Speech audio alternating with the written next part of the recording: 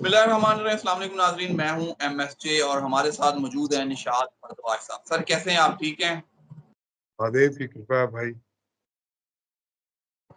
अच्छा, 1 साल हो गया इमरान खान साहब को कैद हुए। 5 अगस्त को कैद हुए थे। 5 अगस्त का ही दिन आ गया है। कैसे देखते हैं तारीख को भी, अगस्त को भी?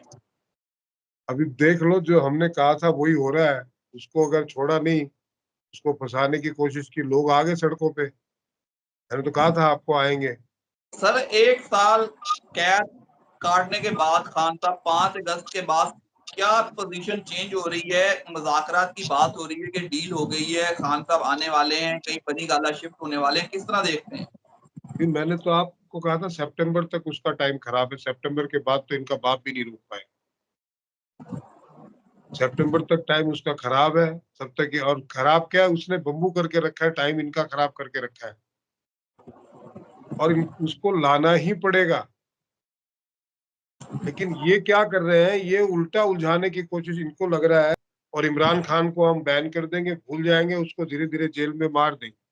उनके इरादे नेक नहीं है। लेकिन ये इमरान को रख नहीं सकते जेल में। मैं आपको फिर बता रहा हूँ, चाहे कोई भी ज्योतिषाचार्य कोई भी भविष्यवाणी करे, सितंबर के बाद रख नहीं पाएंगे। उनको ऐसी तैसी करा के उनको छोड़ना पड़ेगा। और छोड़ तब तक ये इतनी देर हो जाएगी ना कि देश के हालात संभलते ना संभलेंगे। सर देश के हालात आप कह रहे हैं खराब हो जाएंगे। 5 को ही एक जलसा भी है PTI का और पार्टी में खिलाफात भी नजर आ रहे हैं। किस तरह देखते हैं कि ये जलसा हो पाएगा, कामयाब हो पाएगा आज के दिन 5 को? और दूसरा, पार्टी में जो खिलाफात हैं इमरान खान की पार्टी के, वो किस तरह देखते हैं? नहीं, जलसा होगा। और जलसा एक नहीं, कई होंगे। अभी पब्लिक रुकने वाली नहीं है, मैं बता रहा हूँ आपको। मैंने बहुत पहले कहा था कि शनि जो है अपनी मूल त्रिकोण राशि में है। 15 नवंबर को वो डायरेक्ट हो जाएंगे। 15 नवंबर के बाद में हो सकता है भारत पाकिस्तान में जंग हो जाए। उसके भी सूरत हाल नजर आ रहे हैं। देखिए, मैंने कहा था कराची में पानी से बहुत खतरा है। आज आप देख लीजिए, हो रहा होगा वहां, बरसात भयंकर हो रही होगी, रेड अलर्ट भी हो गया होगा। मुझे मालूम नहीं, मैं न्यूज नहीं देख पा रहा हूँ, मेरी तबीयत ठीक नहीं है। और अभी तो जलजले आएंगे। अगर मैं बात करूं ईरान की, ईरान में हानिया साहब हमास के रहनुमा के मिसाइल मार के उनका शहादत शहीद किया जाता है, तो ईरान हमला करेगा, रिलिटिएट करेगा कोई? आप देखते हैं कि मिडल ईस्ट में कोई नई जंग छिड़ने वाली है? मिडिल ईस्ट पूरी तरीके से बर्बाद होने वाला है। मैंने कब कहा था आपको? आप याद कीजिए पुराने वीडियो। जो लोग कह रहे थे, मुझसे पूछ रहे थे कि कब वापस आ जाए, मैंने उनको कहा भी था कि नवंबर तक वापस आ जाओ भाई, किसी भी सूरत हाल में। लेकिन जिन उन्होंने कुछ लोगों को फॉरवर्ड किया तो उन्होंने मजाक उड़ाया, बाबा गांजा पी के कुछ भी बोलता है, ऐसे बोला। तो मरो फिर। क्योंकि इस जंग में अभी कतर मुसल्लत होगा। आप देखिए, इस जंग में यमन आएगा। इजराइल 5 कंट्रियों को खा जाएगा। वो भले खुद बर्बाद हो जाए, लेकिन 5 कंट्री को खा जाएगा। आप मेरी बात मान के चलिएगा। ईरान वाले कह रहे हैं कि हम करेंगे, और फिर हौसी जो हैं वो बागी, वो भी कह रहे हैं हम हमला करेंगे। उधर से अमेरिका ने अपने बैरी बेड़े भी भेज दिए हैं। तो किस तरह देखते हैं, खित्ते में कोई जंग, बहुत लंबी जंग छिड़ने वाली है? लंबी मतलब वर्ल्ड वॉर शुरू हो चुका है। वर्ल्ड वॉर शुरू हुआ चाइना के कोरोना फैलाने से। उन्होंने पूरी दुनिया की ऐसी तैसी कर दी थी। उसके बाद में मैंने कहा था कि रूस और यूक्रेन भिड़ने वाले हैं। वर्ल्ड वॉर पॉकेट्स पॉकेट्स में होगा।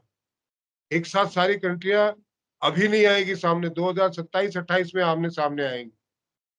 अभी ग्रीस, टर्की, अजरबैजान, अर्मेनिया बाकी है। रूस यूक्रेन हो चुका है। हमास और इसराइल का हो ही रहा है। हमास और ईरान, इसराइल और ईरान का चालू है। लेबनान और इसराइल का हुआ है। इंडिया पाकिस्तान होने वाला है। चाइना ताइवान होने वाला है। तो ये ऐसे ही पॉकेट्स में होगा भैया। और इसमें अभी जो और भी अरब कंट्रीज हैं जो मिडिल ईस्ट की, वो इन्वॉल्व होंगी। जो इजराइल वॉर है, बचा कौन? और अमेरिका को तो झकमरा के आना ही पड़ेगा इसराइल के साथ। सर अमेरिका, आप ईरान, ये आप देख लेना कि आने वाले 1-1.5 साल में ये डायरेक्ट हो जाएगा, अमेरिका ईरान।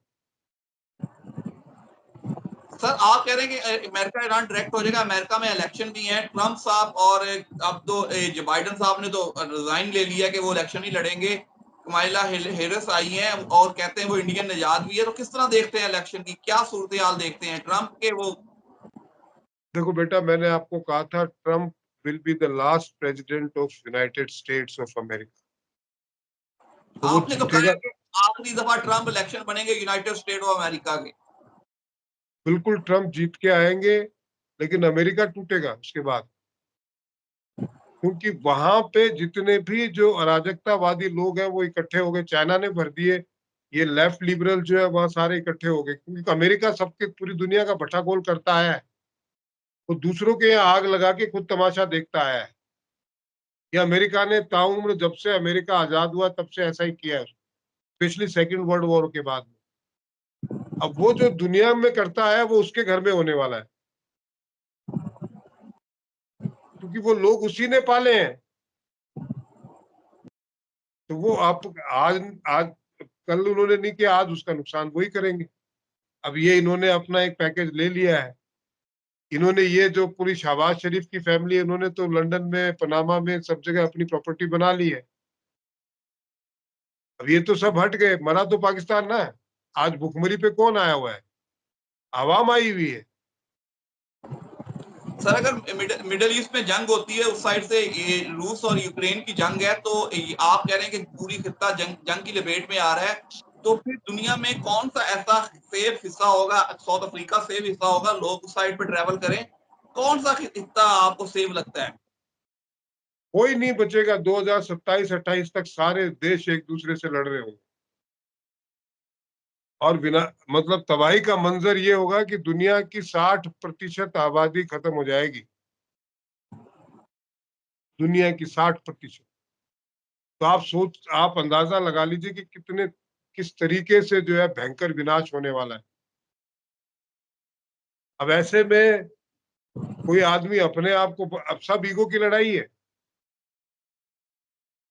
किसी को किसी से लड़ने की जरूरत नहीं है, बट ईगो की लड़ाई है। ईरान ने उकसाया हानिया को, हानिया ने वहां इसराइल पे खामखा अटैक किया। क्या लेना देना था? शांति से चल रहा था सब कुछ। अमेरिका ने यूक्रेन को उकसाया, वो रशिया के खिलाफ खड़ा हुआ। कोई भी अपने घर के बाहर बाउंड्री के ऊपर क्यों नाटो को लाने देगा? वो क्यों आने देगा नाटो को? कोई कोई भी नहीं आने देगा।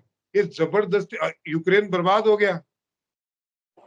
जेलेंस्की का क्या बिगड़ा? वो तो आज भी प्रेसिडेंट है, उसको तो अच्छे खासे पैसे मिल रहे हैं, अच्छी फैसिलिटी मिली है। कल वो कनाडा जाके सेट हो जाएगा। मरे कौन? यूक्रेन खंडर बन गया, पूरा पूरा सीरिया खंडर बन गया, फिलिस्तीन पूरा सपाट हो गया। क्या बिगड़ा ईरान का? अगर मैं इकोनॉमी की बात करूं तो दुनिया में फिर तेल की कीमतें और जो गोल्ड की कीमतें हैं वो बढ़ने जा रही हैं। अगर मिडिल ईस्ट जंग के खत्ते में आता तो फिर गोल्ड और तेल तो बहुत ज्यादा हाई प्राइस पे जाने वाला है। जाएगा ही जाएगा। तेल की कीमतें बढ़ेगी, आपको अल्टरनेटिव सोर्सेज यूज करने पड़ेंगे तेल के। भारत का इरादा था 2025-26 तक इलेक्ट्रिक व्हीकल लेके आने का। बीच में कोरोना आ गया, नहीं तो 2025-26 तक हमें तो जरूरत ही नहीं पड़ती तेल की बाहर से लाने की। अब वो 30 तक होगा, तब तक ये जंग चलती रहेगी। जंग तो 32 तक चलेगी भाई, और जंग के इफेक्ट 40 तक रहेंगे।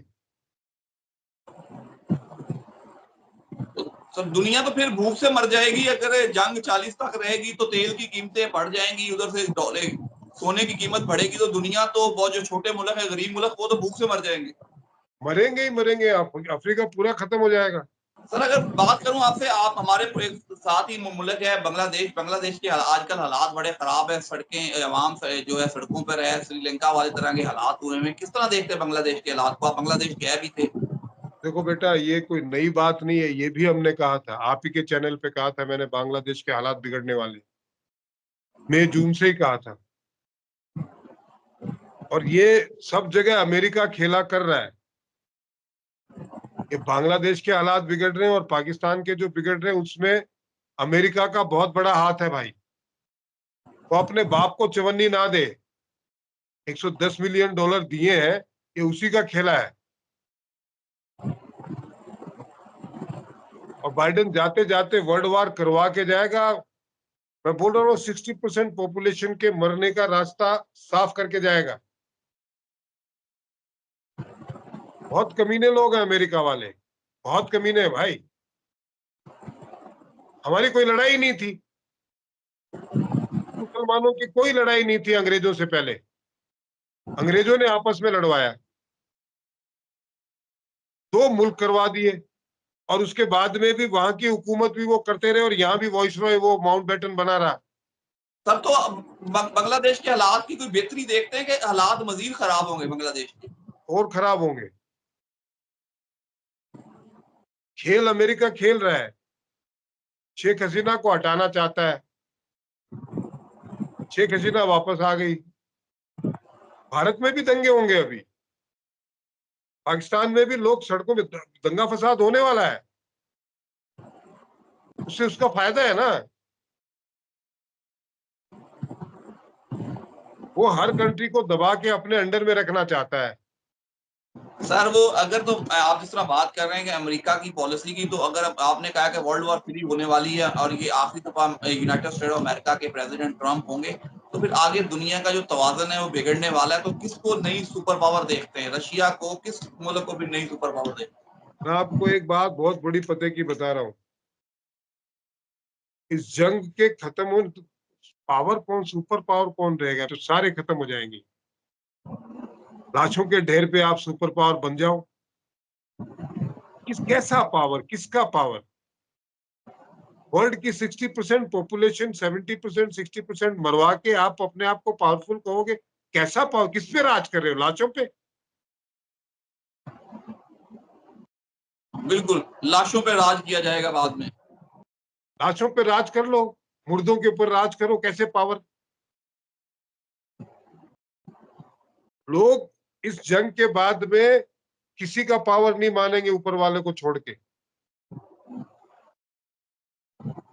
उनको असलियत पता चलेगी ऊपर वाले की। जो बचेंगे वो वही बचेंगे जो ऊपर वाले से जुड़े हुए हैं। जो नहीं जुड़े हुए हैं वो मरेंगे इसमें ही।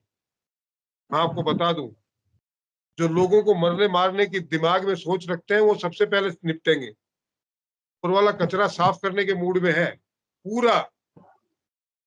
Sir thank you so much, मुझे और निशात भरद्वाज सबको दीजिए इजाजत। अल्लाह हाफ़िज़।